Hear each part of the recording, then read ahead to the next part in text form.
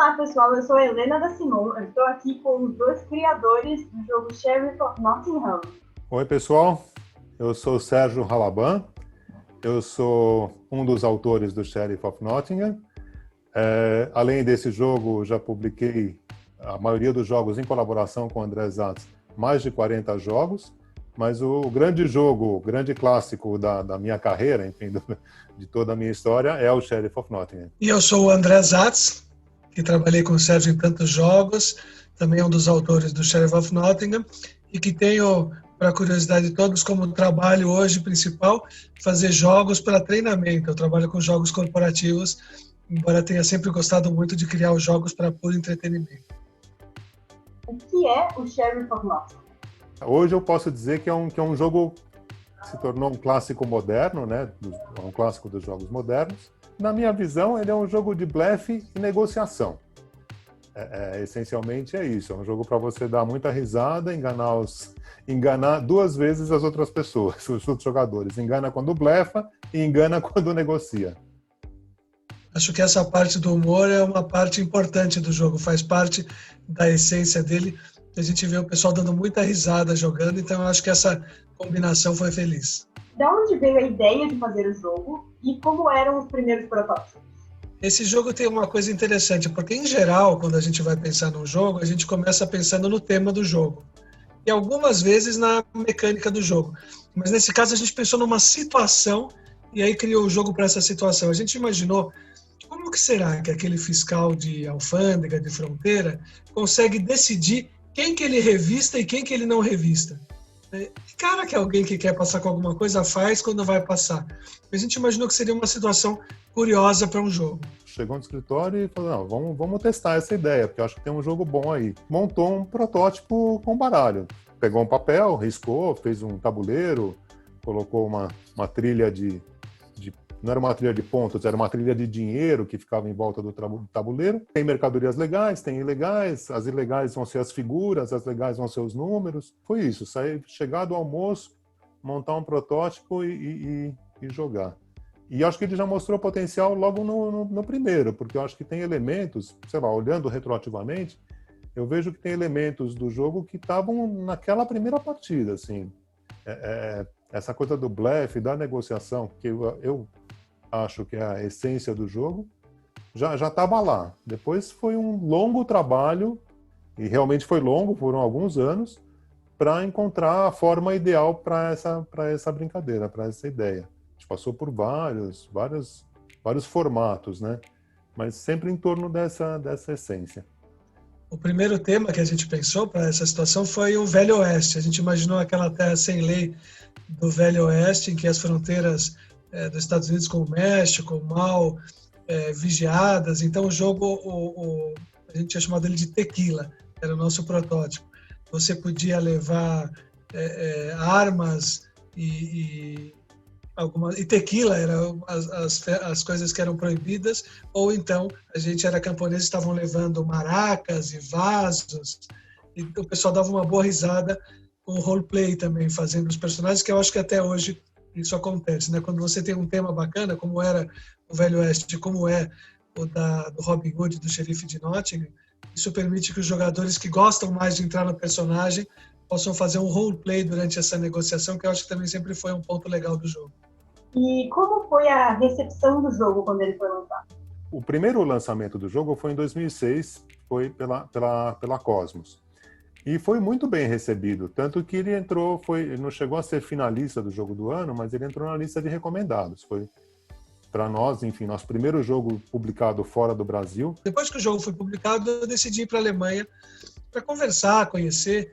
E quando eu estive lá, e eles elogiaram muito, disseram que foi um raro jogo que já chegou sem precisar mexer muito, era uma unanimidade entre os grupos de jogadores. Depois ele teve uma segunda edição no Brasil pela Galápagos, e foi uma edição pequena, mas uma edição que também foi legal e teve uma boa repercussão no Brasil. E aí a terceira edição, que foi a edição que eu acho que teve maior repercussão, foi a edição da Arcane Wonders, né? foi um super sucesso de vendas absurdo na Gen Con, esgotou todas as unidades, etc. E agora tem a nova edição, né, que é a edição da Simon. Essa segunda edição está trazendo elementos da expansão e o jogo base, tudo numa caixa, né?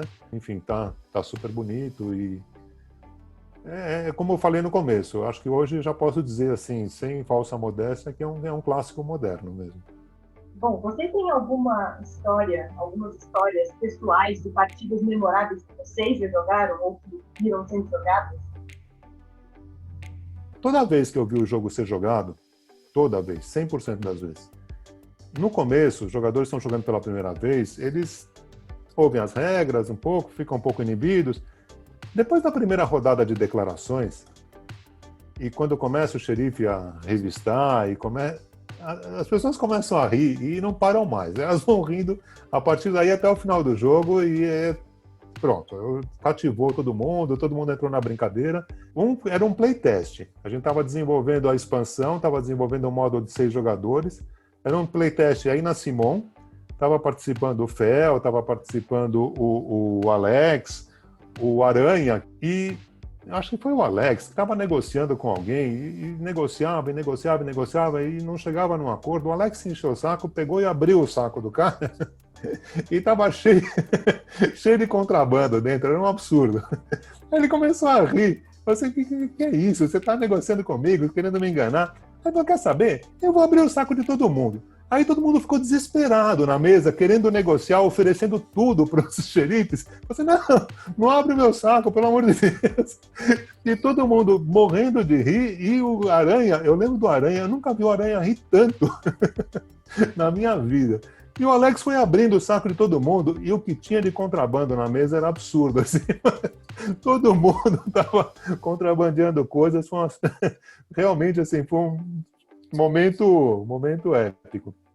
E a segunda lembrança que eu tenho, estava jogando com outros autores e com editores, né? Enfim, a gente começou a jogar, a gente não viu o tempo passar. Eu nem lembro exatamente o que aconteceu, mas eu lembro assim que a gente ria muito e o tempo não passou. O salão ficou vazio, era tarde, a gente já começou a jogar tarde, de repente o salão estava vazio, a gente olhou em volta e percebeu que estava só a gente morrendo de rir lá, jogando e se divertindo e enganando uns aos outros. Tinha os caras que eram jogadores de pôquer, enfim. O cara já fazia a declaração já com o suborno embutido. Então eu tenho uma galinha, 4 galinhas com dente de ouro. O ouro é para você. Enfim, o pessoal é criativo nessa hora. Uma coisa engraçada que o jogo faz é que você faz uma negociação no escuro, porque eu não sei o que o outro tem. Então, a gente não sabe quanto... Se você está negociando uma mercadoria que todo mundo sabe quanto vale, ela tem alguma... um pouco para cá, um pouco para cá, um pouco para lá, mas você tem uma ideia do valor. Quando você está negociando uma coisa que você não sabe se vale 5 ou 20, então começa uma coisa que um fala assim, tá bom, eu te dou 2, aí o outro de repente fala 15, e aquele primeiro fala, tá bom. E aí todo mundo cai na gargalhada, porque devia ter uma coisa tão valiosa que você blefa e negocia em cima do blefe, né? Além do roleplay, que é bastante engraçado, você tá nesse papel de negociar o suborno para o xerife. Que tipo de jogadores vocês são? Vocês blefam muito? Vocês jogam dentro das regras? Se vingam? Não se vingam? Ficam tentando ler o tipo do adversário? Qual que é? Eu sou um jogador que falo muito. Eu não consigo jogar sem falar.